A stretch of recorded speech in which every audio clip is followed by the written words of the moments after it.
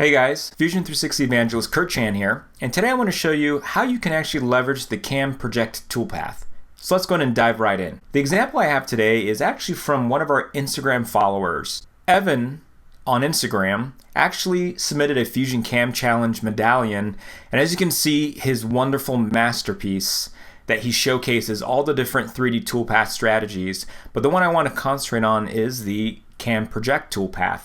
And let's talk about how he created that stitching on the Fusion F. If you want to learn more about the Fusion CAM Challenge and see more about the medallions that were submitted, definitely check in the description below and you'll see a link to the blog where we recapped all the entries. Let's go ahead and dive right in. First thing you want to do is start off with the sketch, and just to show you guys what we actually created here, it's just a symbol with a couple lines and a few dimensions.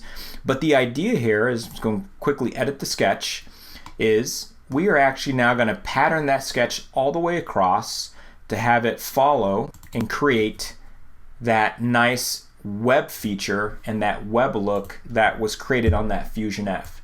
So I'm going to go 17 across and 7 up to make sure I can cover the Fusion F, and we can always move it around and locate where you want your sketch to be. We just started on the left hand corner just to keep things simple, and the nice thing is that we could actually apply this entire pattern across all the different faces we want, but just for demonstration purposes we'll do it on the Fusion F. So once we have that dialed in, we'll go and accept that, and then now we're going to leverage this same sketch in the CAM environment and have that project only onto the Fusion F.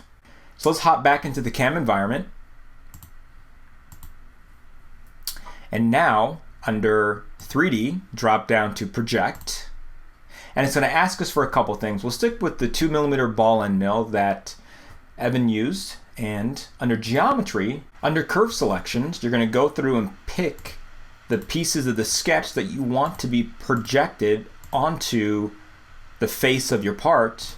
As well as under machine boundary, you're going to drop down under selection and set a containment boundary of where you want the toolpath to stay within.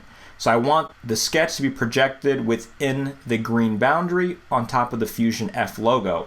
As well as the key part is when you're using this under passes, you want to change that axial offset. So under axial offset, I'm going to go down 35 thousandths.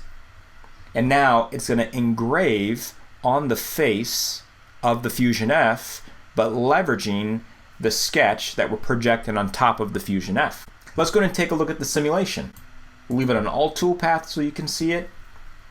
And of course, as we hit play, you're going to see just a slight collision because we're only showing the simulation of that toolpath, not anything else. And now it's following the projection on top of the Fusion F. Hopefully you guys learned something new. Definitely follow us on Instagram, as well as follow Evan too on Instagram, and take a look at some of his other Fusion CAM Challenge masterpieces he submitted.